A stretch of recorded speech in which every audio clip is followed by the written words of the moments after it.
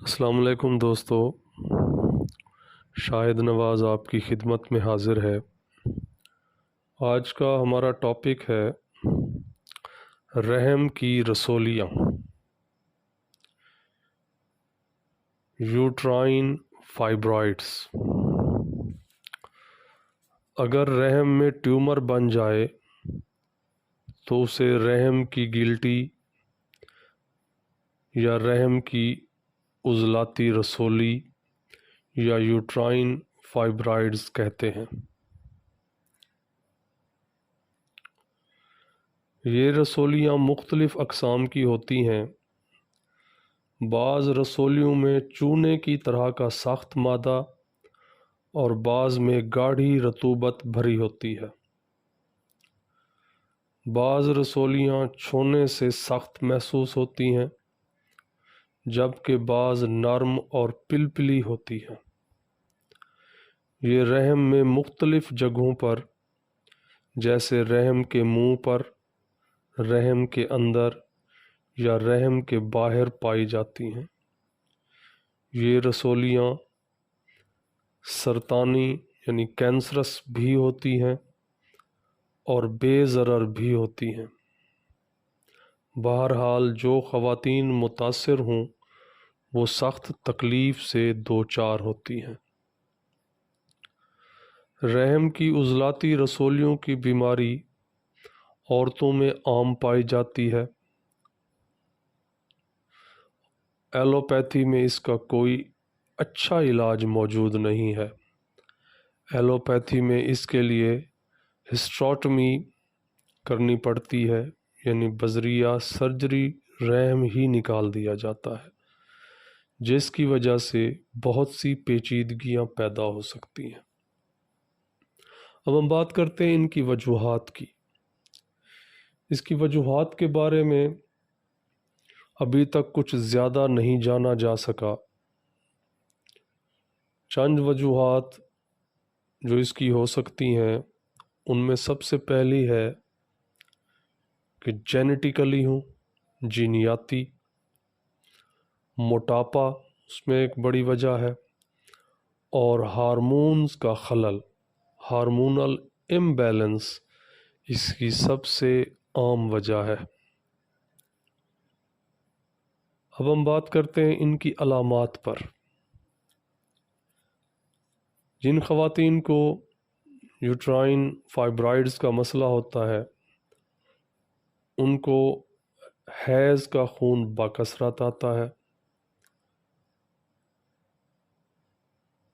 ان کے پیڑوں میں دباؤ یا درد ہوتا ہے، پیلوک ریجن میں پین اینڈ پریشر ہوتا ہے، پیشاب کی بار بار حاجت ہوتی ہے، کمر یا ٹانگوں میں درد ہوتا ہے، اور حیض پر درد ہوتے ہیں اور قبض ہوتی ہے۔ اس بیماری میں بلیڈنگ اس وجہ سے ہوتی ہے کہ فائبرائڈز کی وجہ سے یوٹرس کا ایریا بڑھ جاتا ہے اور ساتھ ہی اینڈومیٹریم بھی بڑھ جاتا ہے، جس کی وجہ سے بلیڈنگ زیادہ ہوتی ہے۔ اگر فائبرائڈ مزید بڑھ جائے تو اس سے مثانہ سکڑ جاتا ہے، جس کی وجہ سے پیشاب کی حاجت بار بار ہونے لگتی ہے۔ بعض اوقات فائبرائڈ اتنا بڑھ جاتا ہے کہ پیٹ باہر کو نکل آتا ہے اور حمل کا گمان ہونے لگتا ہے، لیکن الٹرا ساؤنڈ کروانے سے معلوم ہوتا ہے کہ یہ حمل نہیں بلکہ فائبرائڈز ہے۔ اس بیماری کی وجہ سے حمل میں بہت دقت ہو سکتی ہے، مشکل ہو سکتی ہے۔ اب ہم بات کرتے ہیں اس کے ہومیوپیتھک علاج کے اوپر۔ میں آپ دوستوں کو بتاتا چلوں کہ میں جو دوائیاں بتا رہا ہوں وہ ساری استعمال نہیں کرنی، بلکہ جس دوائی سے آپ کی علامت میچ کرے صرف وہی دوائی استعمال کرنی ہے۔ ان میں جو آپ کو مدر ٹنچر یا